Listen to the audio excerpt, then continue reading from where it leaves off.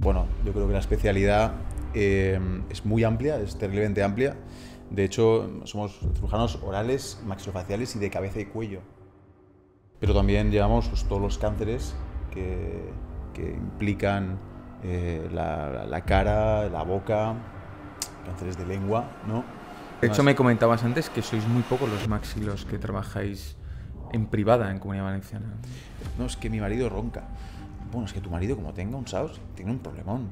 Y hay que hacer un correcto diagnóstico, hay que hacer una polisomnografía. Nosotros quitamos el peroné de la persona, que es un hueso, dejémoslo en que no es fundamental para vivir, y lo llevamos para sustituir esa mandíbula que hemos tenido que quitar porque ha habido un proceso oncológico. Un par de casos que nos quieras contar recientes sobre todo de accidentes, ¿no? Aquí a la chicha, ¿no? Vamos aquí a hablar de lo... Recuerdo un caso, de hecho, un paciente que decidió irse de cena con amigos. Pero son reconstrucciones que son incómodas, son difíciles, son tiempo de recuperación largo, ¿no? Es una cirugía, la verdad, muy agradecida. Al paciente le cambias la vida. Lo que te vuelven con otra cara, literalmente.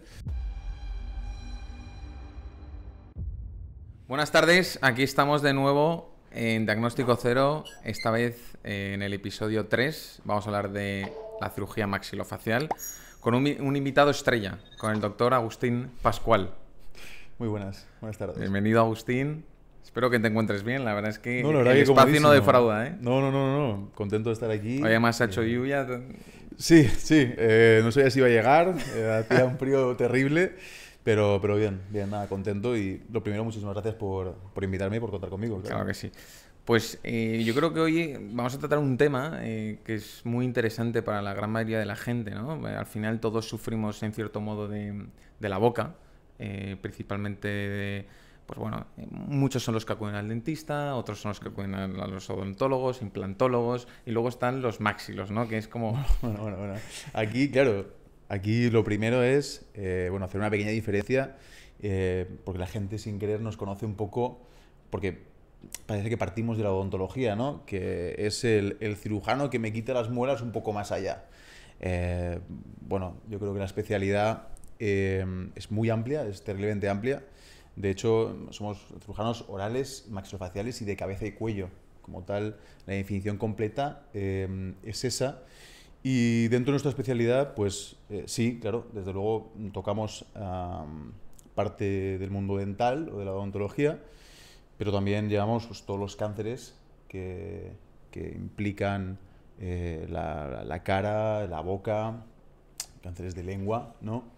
Con su reconstrucción también. Quiero decir, no solamente quitar un cáncer que implique pues eso, la lengua, la boca, los dientes, la mandíbula, incluso que salga piel, la cara, sino su reconstrucción. Su reconstrucción puede ser oncologos locales o incluso, bueno, esto ya son los límites, ¿no? Un poco de la especialidad, pero quitar partes del cuerpo y llevarlas a la región de la cara. Algo típico para nosotros sería pues sustituir la mandíbula con peroné. Nosotros quitamos el peroné de la persona, que es un hueso, dejémoslo en que no es fundamental para vivir, y lo llevamos para sustituir esa mandíbula que hemos tenido que quitar porque ha habido un proceso oncológico. Claro, y tú, doctor Pascual, cuando te has enfrentado a diferentes pacientes, ¿no? Tanto en la FE, que estuviste rotando durante una temporada... No, me formé. O sea, en la FE estuve como residente, exacto, y luego pues realicé distintas rotaciones por el mundo, porque también estuve en Chile, estuve en Roma, en distintos sitios, formándome en otros aspectos de la especialidad. Y ahora que estás trabajando principalmente para la clínica familiar y luego además en una empresa que presta servicios a hospitales, ¿no? Entonces, cuando tú realmente te enfrentas a esos pacientes, ¿no? Que vienen con ciertas dudas a la consulta, ese desconocimiento sobre qué hace un maxilo, cómo me puede a mí, digamos, intervenir o cómo me puede quitar a mí ciertos dolores o patologías que yo sufro, ahí ¿dónde lo identificas, ¿no? O sea, lo primero es que generalmente no somos una especialidad que la gente diga tengo necesidad de ir al maxilo. Es algo que tenemos que darnos a conocer para que la gente sepa quiénes somos, qué hacemos y por qué tiene que consultarnos, ¿no? Generalmente somos una especialidad médica que nos refieren otros especialistas. Pues eso, el odontólogo, el otorrino, también nos mandan muchos casos de dolor de la articulación, que la gente dice, no, me duele la oreja o tengo otitis, y luego el oído está fantástico y lo que hay es otra cosa. O incluso el dermatólogo, cánceres cutáneos, ya más avanzados, y quizá hay que hacer una resección más amplia, que tenemos que quitarlo nosotros. Son otros especialistas los que nos envían este tipo de pacientes. Entonces el paciente muchas veces viene a nuestra consulta no diciendo necesito un máxilo, sino vengo referido para que tú me atiendas y que me digas un poco qué es lo que me vas a hacer. Entonces vienen un poco encaminados, incluso neumólogos también nos los remiten por problemas de apneas. De hecho, me comentabas antes que sois muy pocos los máxilos que trabajáis en privada en Comunidad Valenciana. Somos pocos en general. Al final es una especialidad joven, porque tendrá 30 años, 40 años como mucho, que eso para una especialidad médica es muy poquito, y salimos muy pocos cada año en la formación. Por lo tanto, hasta el punto de que los hospitales privados en muchos casos ni siquiera tienen contratados en sus plantillas a los maxilofaciales.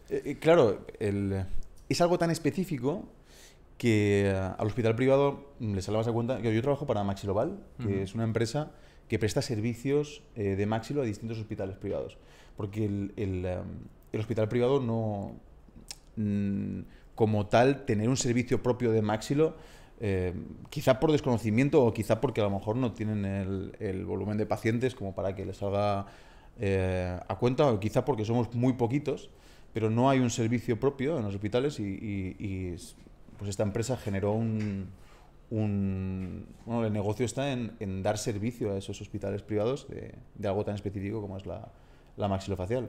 Y ahí estamos, prácticamente tenemos presencia en casi todos los hospitales privados. Vamos a tratar de adentrarnos sobre todo en las patologías más comunes, ¿no? que recibes en consulta. Y una de ellas es el ATM, ¿no? Es decir... la articulación de la mandíbula, que todo el mundo viene, ¿no? Que me hace clic, la mandíbula me pega un chasquido, doctor. Entonces, bueno, es como un dolor mandibular, una molestia. Claro, lo primero es... bueno, soluciones mágicas no hay, eso la gente tiene que saberlo. Y lo primero es un diagnóstico bien formulado. Una buena exploración, conocer al paciente, que te cuente el tipo de dolor y entonces poder decir, pues mira, pues este dolor es más, quizá la articulación está más implicada, a lo mejor es algo más muscular, a lo mejor es algo neurológico. La famosa neuralgia del trigémino, durante muchos años todos los dolores mandibulares eran una neuralgia del trigémino. Luego se ha visto que no, luego se ha visto que en muchos casos pues son trigger points o contracturas musculares a nivel de los músculos de la masticación. Que incluso pueden venir de la zona cervical también a veces, ¿no? Al final es que se tensiona todo. Es una tensión muscular que al final, claro, en la cara hay no sé cuántos miles de músculos, ¿no? Unos cuantos, sí, la verdad que ¿no? Unos cuantos músculos sí que hay. La masticación sí que es verdad que se simplifica, no son tantísimos músculos, a lo mejor están implicados, pues eso, principalmente 4 músculos y luego accesorios, habrá unos cuantos más, pero los que más dolor generan, pues eso, maseteros temporales, pterigoideos, son los principales que están implicados, pero ya no solamente a nivel muscular, también puede ser algo articular. Entonces lo primero es hablar con el paciente. Además son dolores complejos o compuestos, como me gusta explicarlo, compuestos porque no... La gente dice, no, es que me duele la articulación. Bueno, vamos a ver. Tienes una parte de ese dolor, el origen es articular, otra parte es muscular. Vamos a ver qué parte es la que primero tenemos que tratar. Porque muchas veces pues, un mal gesto, un gesto en falso de la mandíbula, pues puede conllevar a que la musculatura accesoria masticatoria decida contraerse para proteger esa articulación. Entonces tenemos que inicialmente es un problema articular y lo hemos convertido en un problema muscular agudo, un problema articular que prácticamente no da problemas, a un problema muscular que la gente viene realmente preocupada. O gente que es puramente articular, que no tiene nada que ver con la musculatura. Principalmente es bruxismos, ¿no? Entiendo yo que es uno de los casos más comunes que recibís. Sí y no. Volvemos a lo mismo, al final todo se engloba y va por modas. Ahora estamos en la moda del bruxismo, ¿vale? Entonces, todo el mundo viene, doctor, yo aprieto los dientes. Y por eso... tengo la tensión muscular. Exacto. Y me duele Hombre, en cierta manera sí, pero hay que ver el origen de ese bruxismo, si se puede solucionar, si se puede mitigar. Principalmente el origen de ese bruxismo. Claro. Y ver de el qué origen manera... puede ser además, como tú decías antes, neurológico. No, a eso me ¿O refería... emocional? El bruxismo, el problema es que, bueno, hay distintas teorías. Actualmente no se considera como una parte del inconsciente, porque clásicamente estaba dentro de los sueños de las fases de REM y no REM, ¿no? Y habían ciertos Yo momentos siempre he del escuchado sueño... que se decía, si tienes estrés y muerdes, bruxismo por las noches, ¿no? A ver, vale, es que esto es Aquí- en cierta manera difícil de Aquí, explicar. doctor, te hablamos desde del puro desconocimiento para que No, la gente no, lo no. entienda, ¿eh? En cierta manera sí. Pero tú ya de base te podías tener algo de bruxismo. Tú ya de base podías apretar los dientes. Sí que es verdad que por la noche, si estás estresado de día, estás todo tú más activado a nivel de sistema nervioso, más estresado, más alerta, y por la noche lo vas a pagar apretando más en esa etapa de tu vida que estés más estresado. Pero no es que de repente tengo estrés y eso me ha generado bruxismo. Generalmente el bruxismo tiene otras muchas causas, que a eso me refería, es hacer una buena entrevista para ver cuál es el origen, ¿no? ¿Y cómo se trata? Tratamientos más innovadores, ¿no? Para el bruxismo hoy en día. Eso es una buena pregunta. Es una buena pregunta, porque además estamos constantemente, van saliendo incluso sociedades médicas y odontológicas, porque también está muy relacionado, todas investigando dolor orofacial, causas, curas, soluciones. Suelen ser pacientes complicados, pero fundamental para un dolor de este tipo, un dolor orofacial, dolor relacionado con la articulación temporomandibular, hay que saber que el 80% de ellos, con un tratamiento conservador, un buen diagnóstico, evitar vicios, evitar gestos, férulas, pues eso, tratamiento conservador, generalmente el 80% de ellos pueden controlarse. Pueden mejorar lo suficiente como para estar bien y decir, puedo hacer mi vida normal. ¿Cómo evitas esos gestos? Es decir, no, el gesto no se va a solucionar. claro, así Justo sobre ahora, el papel parece sencillo, ¿no? Pero ¿cómo evitas esos gestos? Una persona que tiene un bruxismo además durante la fase diurna, ¿eh? No solo nocturna. Hombre, si es diurno, ahí hay un problema. Quiero decir, es que hay gente que aprieta los dientes incluso durante el día. Buah, ahí ya es un problema enorme. No, porque para De un hecho, paciente decirle, tienes que tratar de corregir esto, tienes que tratar de evitar, tienes que evitar ciertos hábitos, ¿no? Corregir ciertos vicios. fundamental, esto se lo digo a la gente, lo siento mucho, olvídate del chicle. Importantísimo.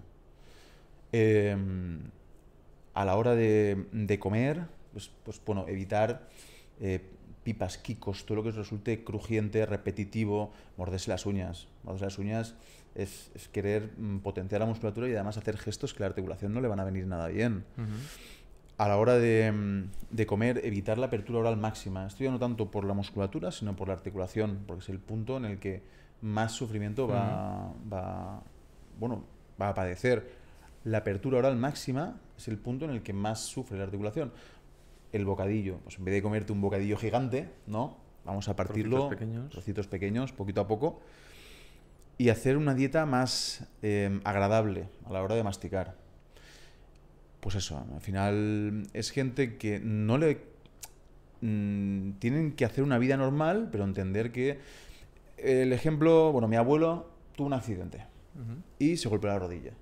Pero él ya sabía qué gestos podía hacer, cómo debía caminar, qué gestos no podía hacer y que 2 días antes de que lloviera le dolía la rodilla, ¿no? Lo típico de me duele la rodilla, sé que va a llover. Pues esto es igual con la articulación. Tú tienes que saber qué gestos tienes que evitar a la hora de bostezar, evitar hacerlo a lo bestia, porque ahí puedes tener problemas, qué cosas debes comer, qué cosas no debes comer, y saber que, bueno, teniendo esa precaución, tú puedes hacer la vida normal que hacía mi abuelo con su rodilla que la tenía fastidiada. Por lo tanto, esos tratamientos, a día de hoy, los que más utilizas para paliar, digamos, este dolor. Vale, entra un paciente por la consulta. Dolor, doctor, me duele la mandíbula. ¿De acuerdo? Vamos a ver, exploramos esa mandíbula, vemos un poco la estructura cranofacial del paciente, ya te va indicando un poco que son más apretadores, un buen desarrollo, una hipertrofia maseterina, típico paciente con la mandíbula bien...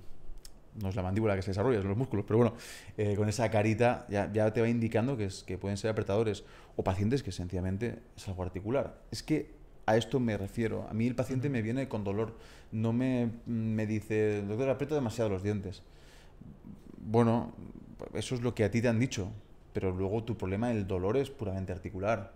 Tienes un chasquido articular, tienes una artrosis precoz, quizá, en algunos casos, a nivel articular, que también se debe tratar. Por lo tanto, lo primero, estadísticamente hablando, cualquier dolor de mandibular y demás, por estadística pura, debes descartar cualquier origen dental. Una radiografía panorámica de la mandíbula. Lo siguiente, exploración clínica, física, ver dónde están esos dolores, ver si el dolor es muscular, si es articular. Hay formas de explorar el cuerpo y de poder inicialmente tener una idea. Y después una resonancia que nos permita ver las estructuras de dentro de la articulación. Nos permita ver ese menisco, ese disco articular que engrana entre el cóndilo mandibular y el resto del cráneo, ver en qué situación se encuentra. Con eso ya planteamos soluciones. Oye, mira, la articulación está fantástica, solamente es algo muscular, son contracturas musculares. Bueno, estamos en fase aguda de dolor, en fase algo más crónica, fisioterapia, medidas conservadoras. Esos pacientes que la articulación están bien, medidas conservadoras, fisioterapia, una dieta adecuada, lo que comentábamos, cosas que tenemos que evitar, cosas que jamás debemos hacer, como el chicle, que es mi mayor enemigo.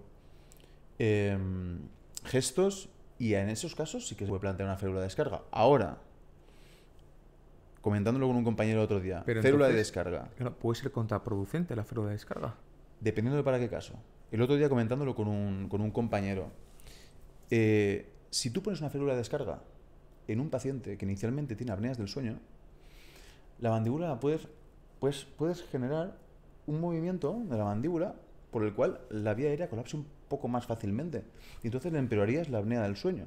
Y entonces ese bruxismo o esos movimientos mandibulares que estabas haciendo durante la noche, que se originaban por esa apnea del sueño, porque claro, el origen del bruxismo pueden ser, o bruxismo entendido como un término muy amplio, pero el origen de esa masticación excesiva o ese movimiento mandibular repetitivo que te genera las contracturas puede ser también una apnea del sueño. Por lo tanto, comentándolo con un compañero el otro día, hace una semana, que claro, si tú pones una férula de descarga a un paciente y sin querer le abres demasiado la mandíbula y le retruyes un poco la mandíbula y colapsa la vía aérea, empeorará el SAOS, empeorará la apnea del sueño y tendrá más movimientos, esos microdespertares que genera la apnea del sueño, y intentará mover la mandíbula generándole más dolor finalmente, más contracturas. Entonces, por eso digo, esto de voy a la farmacia, no tengo nada en contra de los farmacéuticos, por Dios, pero esto de que voy a la farmacia, dame una férula de estas para... No, hombre, no. Tiene que estar bien indicada y luego las características que nosotros necesitamos que se cumplan. Yo siempre pido, por favor, que el odontólogo te haga la férula de descarga, y luego vienes y la vemos. Y comprobamos que es correcta y que se adapta correctamente a ti, fundamental. Entonces, eso, a nivel muscular, se ha evidenciado que da un buen resultado. Y como hablábamos antes de tendencias, ¿dónde queda el Botox? Porque estamos viendo que tantos médicos, pero ya no solo odontólogos o maxilos, sino estéticos, están utilizando el Botox para paliar el bruxismo como una solución aparentemente sencilla cuando también tiene riesgos. A ver, el Botox, toxina botulínica, bueno, no se puede decir Botox, perdón, neuromoduladores, porque ahora hay cierta controversia porque como tal el Botox es una marca registrada, y no se puede decir. Los neuromoduladores a nivel maseterino se ha demostrado que como en cualquier músculo frenan la potencia muscular. Como resumen, ¿no? Frenan la potencia muscular. No vamos a entrar en cuál es de qué manera funcionan, pero ese músculo ya no es tan potente y desde luego se relaja ese músculo. Pero el problema es, la gente viene, doctor, el Botox me da fantástico. Me lo pusieron una vez, yo quiero repetir con esto el Botox, me da fantástico, me da genial. El problema del Botox es que pierde efectividad. A los 4 o 5 meses, generalmente a los 6, ya el paciente dice, esto a mí ya no me va bien. Yo ya necesito otra dosis más de Botox. Entonces, ¿realmente estamos solucionando o estamos poniendo un parche? Habrá que ver de primeras. El Botox ayuda mucho, ojo, yo lo pongo mucho, pero hay que ver a quién se lo pones, de qué manera lo indicas.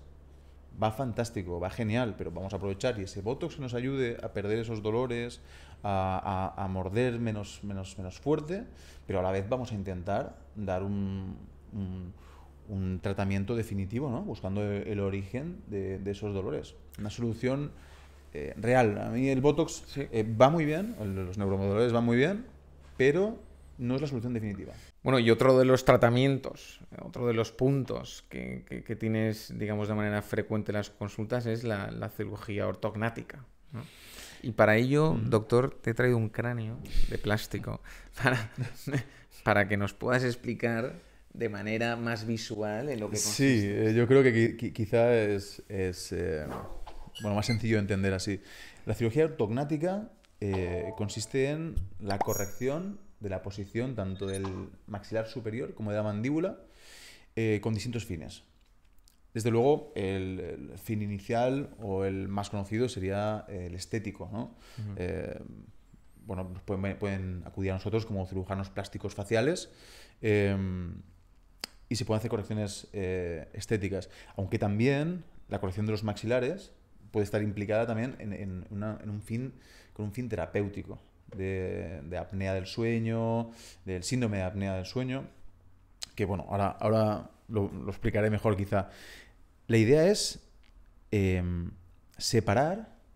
literalmente separar el maxilar superior y parte de la mandíbula y colocarlos en el sitio correcto.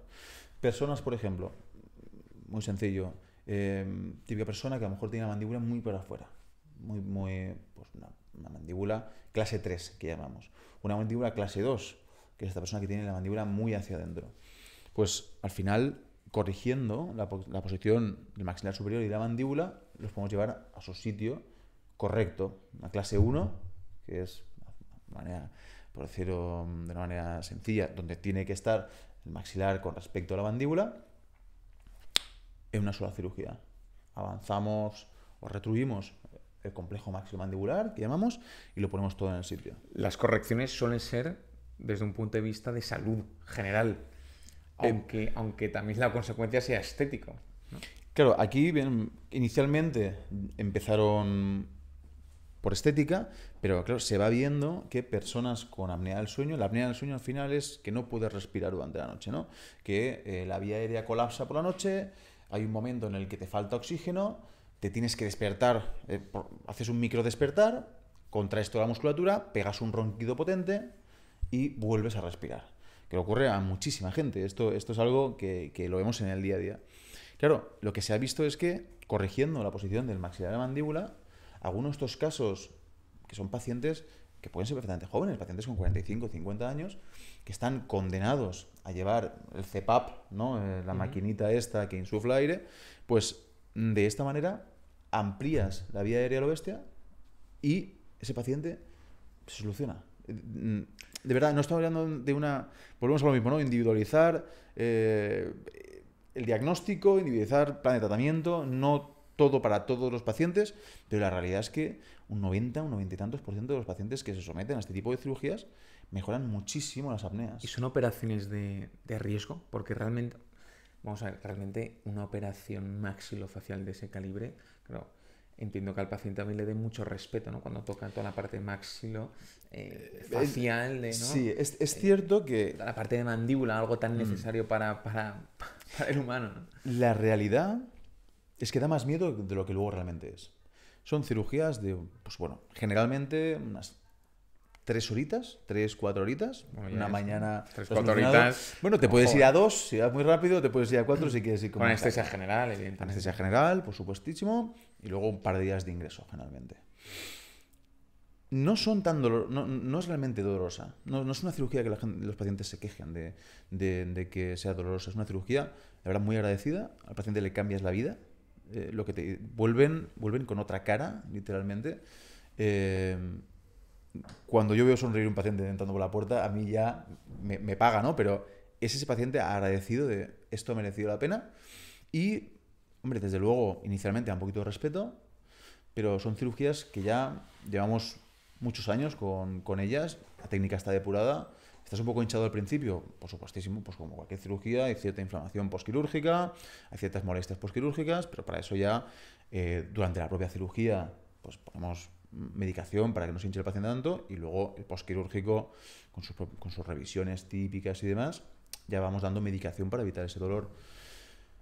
Son pacientes que necesitan ortodoncia inicialmente, se operan y luego podría incluso operarse inicialmente, pero la ortodoncia siempre está implicada, o antes o después, o antes y después, para hacer pequeñas correcciones y dejarlo clavado en el sitio.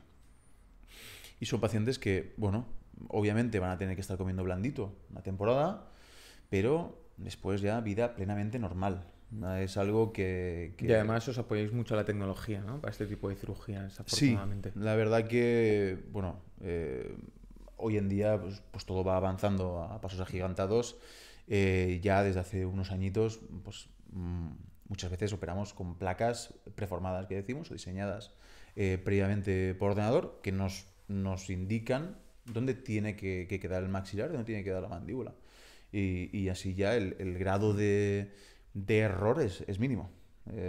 Ya vas prácticamente asegurándote que ese estudio previo que has hecho para movilizar y disponer del maxilar superior y la mandíbula en el sitio correcto, pues lo dejas de verdad en el sitio correcto. Antes, pues bueno, pues, obviamente la medicina y la tecnología avanza y antes a lo mejor era un poco más a ojo, pero ahora mismo prácticamente las placas nos lo dejan en el sitio. Nosotros hacemos las osteotomías correctas, las indicadas, con guías de corte inicialmente, y luego llevamos todo al sitio y con la placa que nos la deja O en sea, el un sitio. paciente que pueda requerir de este tipo de cirugía, además del conflicto interno de cada uno que pueda ser estético, ¿cuál es el síntoma habitual? Em, Como síntoma, tú puedes estar asintomático, pero hay una clara malformación dentofacial, es decir, una mandíbula muy protuida o una mandíbula muy retruida, y no tener más síntomas, más allá de pues, la estética de uno u otro, que eso es una decisión personal. Pero lo que comentaba, esto está muy implicado con la respiración. Tengo un paciente que la cara era otra. Lo del paciente sonriendo por la puerta, este era otro nivel. Claro, una apnea del sueño, el síndrome de apnea obstructiva del sueño, es el SAOS entero, ese es el nombre completo, está implicado en muchas más cosas. Está implicado, esos microdespertares disparan las enfermedades cardiovasculares. Es como si una persona de 45 años con SAOS es poco más que un obeso con 70. O sea, se dispara el riesgo de ictus, disfunción eréctil también, infartos, hipertensión. El otro día, viendo las estadísticas, decían que podían tener entre 3 y 7 veces más accidentes de tráfico, porque son gente que, como descansa tan poco, en el día a día, pues en un semáforo se duermen. O están conduciendo y no consiguen mantener la concentración, fallos de memoria. Y para detectar esas apneas, además de lo que nos dice el relojito que puede, ¿no? Sí, Tienes ahí, te has despertado durante 2 minutos durante la noche, ¿no? Además, ¿cómo uno puede, digamos, alertarse de que realmente puede estar sufriendo apneas durante la noche? Yo creo que es una enfermedad silente. La gracia siempre ha sido no, es que mi marido ronca. Bueno, es que tu marido, como tenga un SAOS, tiene un problemón. Y hay que hacer un correcto diagnóstico, hay que hacer una polisomnografía, hay que hacer un estudio del sueño, ver esas apneas, de dónde vienen, de si es un origen central, si es un origen periférico, un origen que venga directamente de esa vía aérea. Hay que hacer un estudio completo. Claro, ¿cómo sé que tengo SAOS? Pues hombre, desde luego, si roncas, vale. Un amigo, este es amigo, 26 años. él se despierta como si tuviera resaca. No está justificado. Tiene una somnolencia excesiva, duerme muchísimo. Hipersomnia también, muy típico. Es que yo me acuesto, me puedo dormir a las 9 de la noche, despertarme a las 8 de la mañana del día siguiente y seguir cansado. Y seguir con esa cara de ojeras, una resaca, tal cual, una especie de resaca. Y no es consciente de todo lo que hay detrás. No, es que yo, pues bueno, sí me han dicho que ronco por las noches, pero vete tú a saber, no sé yo qué tengo. Entonces, desde luego hay que consultar. Hay que consultar y hay que hacer un estudio y ver de dónde viene eso. No puedes tener 26 años, 27 y estar así de cansado. Lo que comentaba era un paciente que la cara tenía cara de Saos. Y no te sabría decir, especificar qué es lo que tiene una cara de Saos, pero era un cansancio extremo. El paciente decía, mira, yo tengo problemas con mi mujer, discuto, tengo mal humor, no consigo descansar. Y ese paciente, en el momento en el que la vía aérea se la abrimos, era otro. De verdad, era otro espíritu, una alegría. De verdad, le cambias la vida a esos pacientes. Vamos a hablar de la implantología. Y también vamos a hablar de los conflictos que sufrís con los odontólogos. Claro. Porque aquí doctor Agustín, te tienes que mojar. No me puedo mojar mucho porque tienes que mojar un poquito, ¿no? Estoy muy relacionado con el mundo odontológico, familiar y, amigos que tengo y son unos compañeros espectaculares, encantadores, y jamás diría nada en contra de ellos. Pero, generalmente, no nos avisan por el implante sencillo. Yo, la verdad que estoy deseando que me envíen un paciente sencillito, pero suelen ser, pues a lo mejor, pacientes que ya han pasado por procesos implantológicos, varios procesos fallidos, ¿no? Y que ha desaparecido ese hueso. Que ha llegado un momento en el que por procesos infecciosos, por traumatismos o por lo que sea, ese hueso ya no está. El hueso donde tendría que poner el dentista, el odontólogo, ese implante. Entonces, a nosotros nos encargan pues implantes que van un poco más allá de la odontología o la implantología convencional. Pues buscar hueso en zonas alejadas, por decirlo de una manera, de aquí de los dientes. Un implante típico a los pómulos. Los implantes cigomáticos son una solución muy buena, muy resolutiva. Implantes a lo mejor a zonas de pterioideos, son zonas de hueso más distal. Y lo último que está saliendo ahora son las mallas preformadas o implantes superiósticos, se llaman. Coges un TAC, ¿no? Un TAC del maxilar superior, el maxilar inferior, la mandíbula, y sobre eso construyes una malla de titanio que se adapta a la perfección a esa mandíbula o ese maxilar superior. Esto no es un invento actual, ojo. Esto ya hace 35 años se hacía, pero claro, hace 35 años no tenías la tecnología que tienes actualmente y poco más que abrías ahí, intentabas que encajara un poquito y bueno, pues la tasa de fracaso era altísima. Pero a día de hoy es prácticamente dejarlo caer, ¿no? Porque está hecho adrede para ese paciente, tridimensionalmente hablando es perfecto y son soluciones muy buenas. Eso es algo muy actual, es de los últimos años y también son casos que nos los remiten a los odontólogos para que nosotros los pongamos. Pero claro, ante esos casos tan complejos entiendo que habrán ciertas complicaciones también durante las cirugías a las cuales te hayas enfrentado, ¿no? Claro, a ver, desde luego una complicación en un implante normal... No son implantes normales, no son implantes al uso. Simplemente para explicarlo y que quede bien claro, ¿no? Un ejemplo, no quiero asustar. Un ejemplo, ¿no? De cómo puede ser un implante complicado, que puede llegar a la consulta. Claro, cuando tú tienes que poner implantes cigomáticos, tú no abres solamente la encía de la boca. Tienes que abrir la encía hasta del pómulo. Tú abres hasta aquí arriba, siempre por dentro de la boca, para no dejar cicatrices, pero tienes que tener práctica y tienes que tener mano para anclar implantes aquí arriba.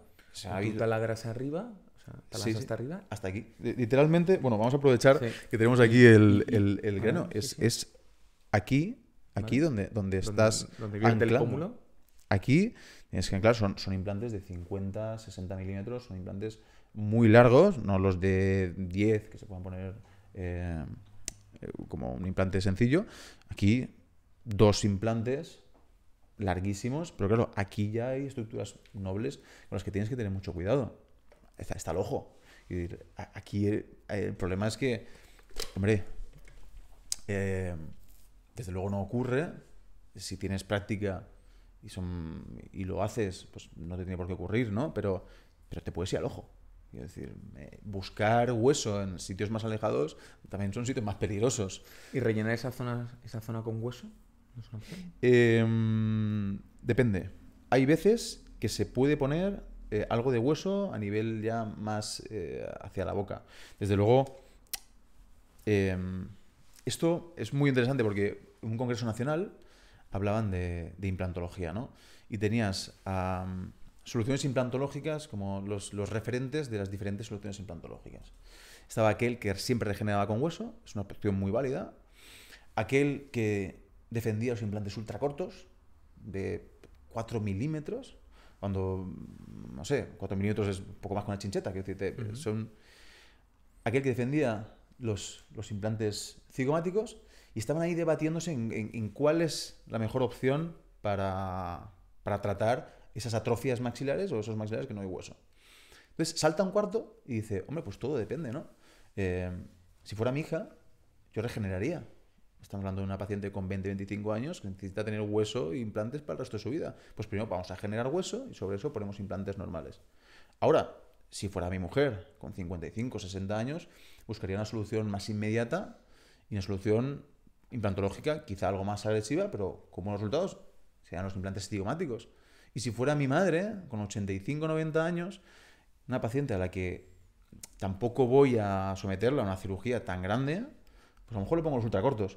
Entonces, todo depende, ¿no? del paciente y por eso, desde luego, hay que individualizar el plan de tratamiento. Regenerar, sí, depende de qué paciente. Y luego, yo me estoy imaginando, claro, ciertos pacientes que te vengan por urgencias, sobre todo por fracturas, ya sea en el ámbito laboral, ya sea accidentes de moto, accidentes de coche, ¿no? De patinete. De patinete. El patinete. Buah. Que tengas varios de estos, ¿no?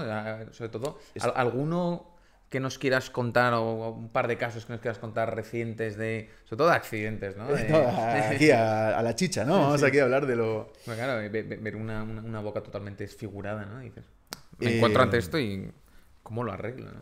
Claro, cuando trabajaba en la FE, ahí ves muchísimas cosas, ¿no? Claro, los patinetes es algo, un invento, el patinete eléctrico relativamente moderno, que te tendrán, ¿qué? ¿4 años? No sé, 3, 4 años. Un poquito más. 5, Sí. ¿no? Que se popularizaran, que todo el mundo... Sí.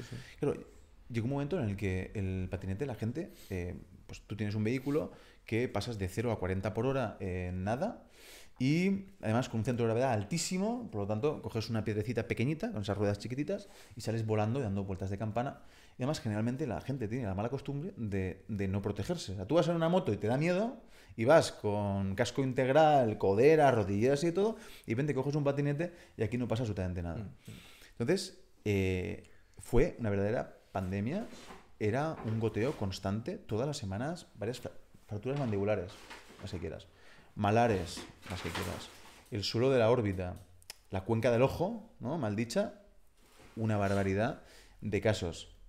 Uno así concreto. Recuerdo un caso, de hecho, un paciente que decidió irse de cena con amigos, ¿no? Entonces se va de cena con amigos y puedes beber un poquito más de la cuenta. Y dijo, no voy a coger el coche porque voy a beber. Entonces dijo, voy a coger el patinete. Y digo, bueno, esa idea no era buena ya de primeras, ¿no? Porque ya había sido a la cena con el patinete y estaba sobrio. Pero claro, a la vuelta cogió el patinete, habiendo bebido más de la cuenta, una piedrecita y la caída, bueno, fue fractura sinfisaria de mandíbula y bicondilia, de manera, voy a aprovechar aquí, claro, la paciente llegó con la mandíbula, se había fracturado los 2 cóndilos de la mandíbula. es catastrófico. Para un maxilofacial eso es horrible. O sea, para el paciente desde luego, pero el paciente no fue consciente, no llevaba ni casco. Nada, sencillamente se había golpeado y toda la fuerza, todo el impacto había caído en la mandíbula y le había destrozado la mandíbula. ¿Qué podía tener? ¿35 años? Claro, ahí empiezas con artrosis precoz, bueno, todo el proceso quirúrgico, intentando... claro, la sinfisaria es una fractura sencilla, pero cuando te metes en los cóndilos, una articulación que te la has destrozado, triturada por completo, bueno, no sé, yo aún me acuerdo de ese paciente, de decir, te acabas de fastidiar la vida. Sí. Porque luego es la solución para un caso así, que entendemos que es un caso muy complejo, ¿no? Pero fracturas de mandíbula que sí que vemos comúnmente, ¿no? Al final, sobre todo a la hora deportes de alto impacto. Sí, sí, ¿no? eso nos llegaba y nos sigue llegando con mucha frecuencia. Las fracturas de mandíbula, la gracia es el vector de transmisión de la fuerza. Entonces, a mí me encantaba, antes de que me avisaran, ver el TAC y decir... Vamos a hacer porra, ¿no? ¿Cómo ha sido esta contusión? Porque en función de cómo estaba fracturada la mandíbula, podías saber dónde había recibido el impacto y de qué manera. Lo típico es puñetazo aquí y tienes fractura parasinfisaria y condilia, porque el vector de transmisión de fuerza va en ese sentido. O la caída de patinete, golpe aquí y los dos condilios fuera. Entonces, en función un poquito de cómo era el golpe, podías ver luego también la fractura y viceversa. Pero bueno, generalmente, pues mira, gracias a Dios también la cirugía avanza y estos pacientes se pueden curar. Pueden volver a la vida normal. Sí. Sí. Pero son reconstrucciones que son incómodas, son difíciles, Sí. un tiempo de recuperación largo, ¿no? Al final, claro, y es una articulación que no puedes dejar de usar. Porque lo que la gente no entiende es que tú cuando te fracturas un brazo, te pones una escayola y solucionado, ¿no? Has inmovilizado el brazo y ya está. Pero ¿cómo inmovilizas la mandíbula? Si tú tienes que comer. Es decir, eso es algo que la gente no entiende. Es una articulación que está constantemente funcionando. Entonces, el reposo para una correcta fijación de los huesos, ¿no? Para una correcta osificación de ese callo de fractura, no existe el reposo, a no ser que bloqueemos la mandíbula y mantengamos al paciente así, pero resulta francamente incómodo. Entonces, siempre intentamos poner placas de osteosíntesis para poder, que ese paciente vuelva a la vida normal lo antes posible. Y sobre todo ser precavidos en el día a día y si realizas actividades o, por ejemplo, te desplazas en moto, pues tratar de eso, proteger la mandíbula, ¿no? Cascos integrales, por favor. Por ¿no? favor, o modulares, ¿no? O modulares. Te lo levantas y sí, luego... pero el modular ya sabemos que al final acabas con el casco, con la parte modular arriba y nunca abajo, ¿no? Tiene que ser al final el casco integral. Claro, Sí. Incluso estás diciendo tú, doctor, que una fractura mandibular no deja de ser una fractura en una articulación necesaria y muy importante y que la gente no le presta tanta atención, porque claro, como es menos común fracturarse la mandíbula que fracturarse el radio, por así decirlo, pues...